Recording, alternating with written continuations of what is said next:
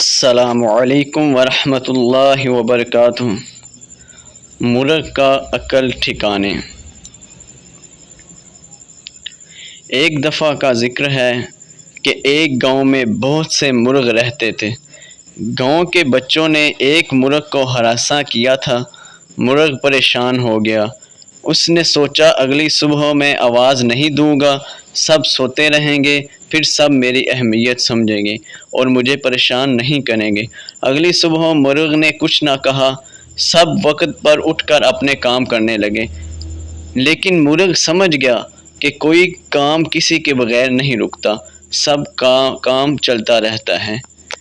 اخلاقی تعلیم: فخر نہ کرو، آپ کی اہمیت لوگوں کو بتائے بغیر معلوم ہوتی ہے۔ والسلام علیکم ورحمۃ اللہ وبرکاتہ۔ اگر آپ کو یہ پیغام اچھا لگا ہو تو شیئر کیجیے۔